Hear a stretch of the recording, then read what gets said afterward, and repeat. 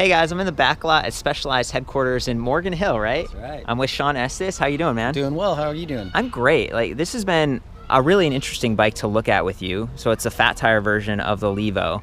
And, you know, part of it for me was like, what is this for? It's sort of a cross-country setup with 100mm travel on the front, but the big 4.6 inch diameter tires. Yeah. Like, can you just explain how this works? Totally. I mean, it's kind of a trail bike, an all-purpose trail bike, really kind of going back to what mountain bikes were in the early days, which, now you've got enduro bikes and cross-country race bikes and downhill bikes and all of that, which is a little confusing for a lot of people, and it's kind of niche, which is great. But this bike is this is a mountain bike.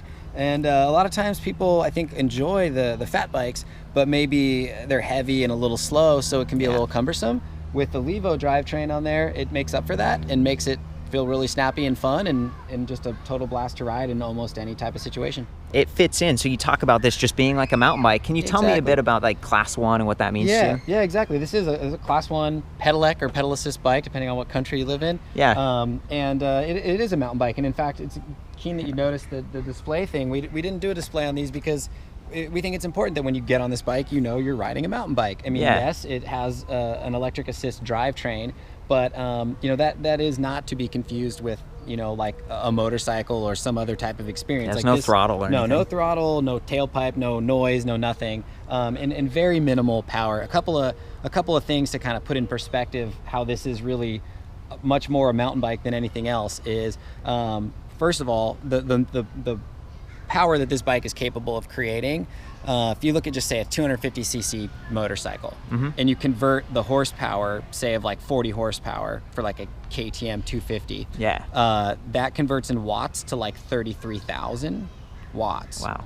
This bike is 250 watts. Yeah, that's the nominal wattage, right? Nominal wattage, and peak is like 500. Okay. So, and that's for just like a few seconds here and there. So you take, then so that gives you one frame of reference. And then if you kind of look at the other side of that and you go a human cyclist, your average weekend warrior, say a guy who rides his bike 3 days a week, 2-3 days a week, is relatively fit, can probably do 200-ish watts nominal as well. Pretty constantly. Yeah. And now they're going to be on a bike that's probably half the weight of this. That's right. Yeah, we were just weighing this, 52 pounds. 52 pounds for the whole setup. It's not bad for It's not bad, and with the assist, you certainly doesn't feel that heavy. Yeah. So if you then take that math and you look at a rider and the bike as a system weight, and then you look at the wattage of the rider and the wattage of the machine, and all you quickly realize, you crunch those numbers, and what a bike like a Levo does, a Class 1 bike, what it does, it just takes your average rider, a guy like me or you, and basically gives you the same watts per kilo for the system weight as what you would get out of like a Tour de France level cyclist. Yeah. So literally, a lot of the reason why like a Class 1 designation is what it is because it's meant to not exceed the realm of potential human performance. I see. So like that's why the speed limit's governed to 20 and why the wattage is governed to what it is. It's yes, you could say motor plus bike equals motorbike, but that's really semantics. And if you really can look at it objectively, you quickly realize that this is just a bike that makes everybody more the same in terms of their ability, which cycling is a tough sport, particularly mountain biking. The trails are steeper generally than roads are. And you take out a friend who's not really a rider, and sometimes they have a horrible first experience because it's just cardiovascular wise, it's just very difficult. And so they might give up and never do it again. Or look, if you're building trails, or maybe you're used to riding a trail and then it snows, or you're dealing with some sand or something like that. This is really this cool. This bike will conquer all that stuff. And again, back to the point earlier, like fat bikes are fun, but they're a little bit niche because of the sand and the snow and all of that. And if you're not riding on that stuff, they're a little slow. But with the Levo, you can just turn it up to turbo mode and it'll compensate for that additional weight and drag and friction on those tires. And you can still ride down the street at the same speed as you would, say, on your road bike cruising around with a friend. Granted, you got a battery life to consider, but it'll still get you pretty far. So it kind of, I look at these things as the way I describe a lot of times these pedal assist bikes is it's kind of like TiVo for bikes. Like it lets you fast forward through the commercials.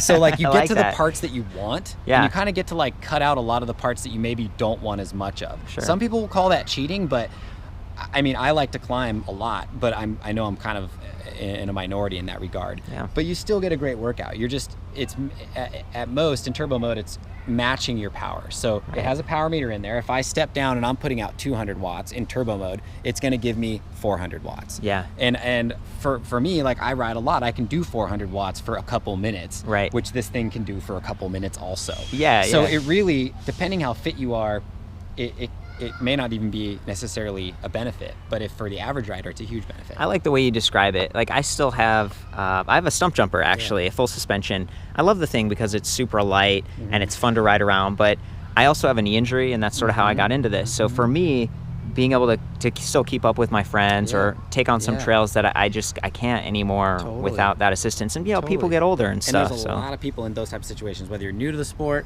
or whether you got an injury or whether you're just aging a little bit or whatever it is, right? Another thing that I think a lot of people haven't considered, but we've had some people come to us with this, like, we work with a lot of motocross and motorcycle racing athletes who use bicycles for cross training, because the handling feels similar, but then also the heart rate zone is actually similar. When they're riding those motorcycles, they're doing like say they're 20-year-old, 22-year-old rider, they're doing 180, 185 beats for that whole race. And they're just moving the bike all around. They're not pedaling, but they're still yanking around on a 200, 250 pound bike and working really hard. So they like the bicycle because it's one of the closest forms of training that crosses over to that.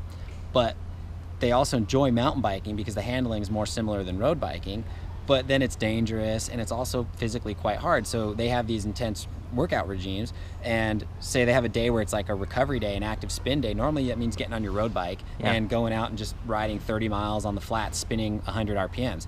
Well, you can get on a Levo and now you can go mountain bike with your buddies. Maybe they're riding their non-assisted bikes and they're hammering. You can hop on this thing, tune the power to what you like, and then you can still, to your point, like if you've got that knee injury you're nursing or you're on a rest day, it allows you more options. It does. And another piece of it, I think, and I'll go back a little bit, I think a lot of the negative sort of perceptions around these bikes are based on lack of information. And so I think people are still looking at them through the lens of what we already know, which, is limited. And so you have to think bigger than that. And you start thinking about things like the trail that I suggested for you to go ride. I normally wouldn't ride that because it's physically quite strenuous, and then the downhill's not really worth it for how hard the climb is. And it's, the work to reward ratio is pretty small.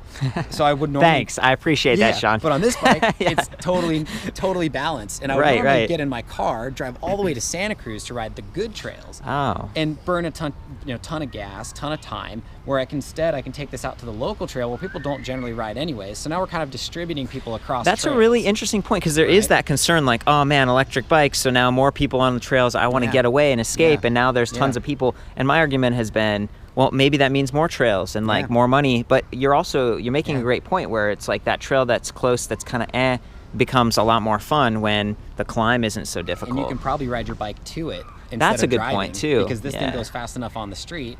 And if it's 6 to 10 miles away from home or 20 miles from home, you can probably still get over there, do a loop, and come back.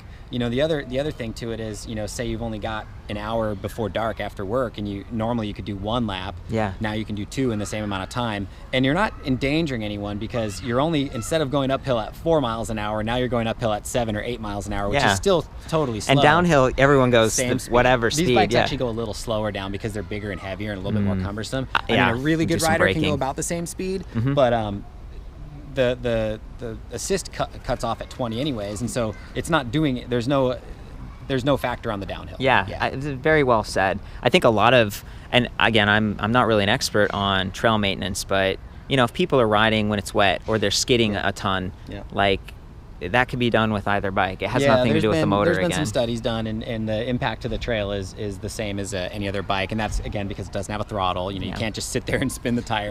None of that. It literally, again, goes back to that point of, this is, in terms of weight, it's the same as a lot like department store bikes or a lot of downhill bikes. Oh yeah, downhill especially old school downhill bikes when people were riding those. And in terms of the way that the power is delivered and the amount of power, it's within the realm of human performance. I just keep going back to that because it's true, and there's a reason for that. And they have other classifications for bikes that have class 2, class 3. Exactly, and that's getting into the realm of like a moped and people use it to commute. And those are the ones you can't ride on bike paths and things like that. And that's why these classifications exist. Like, I just refuse to believe this, you know, motor plus bike equals motorbike small minority of people on forums that just keep sticking to that. You know, like that's a very, very narrow-minded, in my opinion, myopic perspective. Yeah. Semantics, yeah, you've got a point. But like beyond that, in reality, it doesn't hold up. I'm so glad we talked, because you're very well spoken. You work here at Specialized. I do. What's your role, or what department? I work on our global marketing team. Okay, yeah, marketing, right? Yeah, I mean, you communicate very well. That said, though, I ended up in this role because I love bikes. Yeah, I can tell. Not college educated for marketing or anything like that. Well, and I mean, I'm in marketing too, right? I'm like, and I'm trying to be authentic here, and we're being objective about the product. Yeah. It's an amazing product. This is definitely one of the most polished electric bikes, extremely well balanced. Like, you were talking about how the motor kicks in. It's measuring your wheel speed as well as your cadence and pedal torque, so you're getting this really fluid, natural feel. Super fluid. The brakes are, I mean, these are great brakes, and they're designed to give you the stopping power you need to handle and really control this. And the app. Now, that's something that's really unique to you guys too, because, you know, a lot of times, I mean, on the side of this bike, you've got those 3 buttons where it's like we turn it on down here.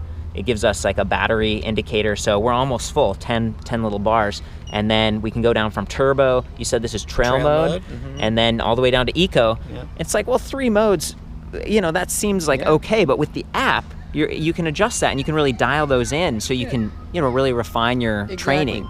The stock setup right here, totally fine. If you don't run a GPS, if you don't run a smartphone, you don't play with apps, you just get on this bike and ride it. And you pick from one of those stock 3 presets and you go. Yeah. And that's gonna be good for probably 90% of people. Yeah. But there's that 10 or 20% of people who really like to tune their stuff. So we have Mission Control app. You can pair that to the bike, and you can go in and you can adjust basically everything. So you can turn eco mode to 10%, 5%, 30%. You can turn trail to whatever you want.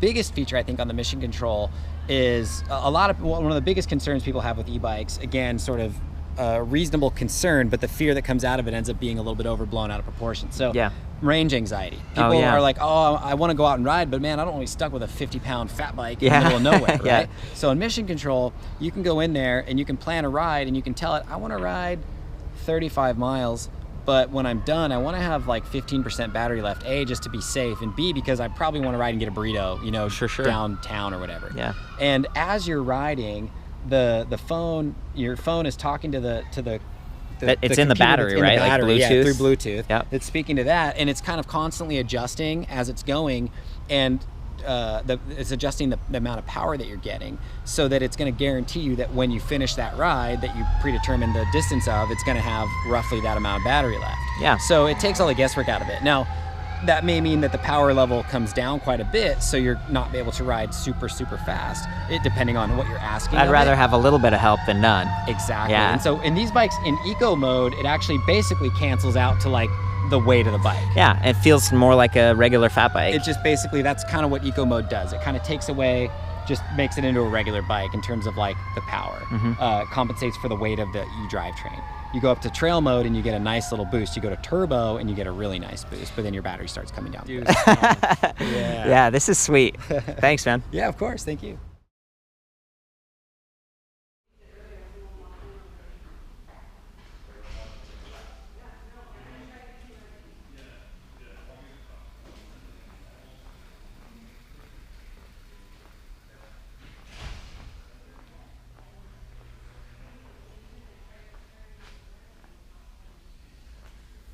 Hey, Sean.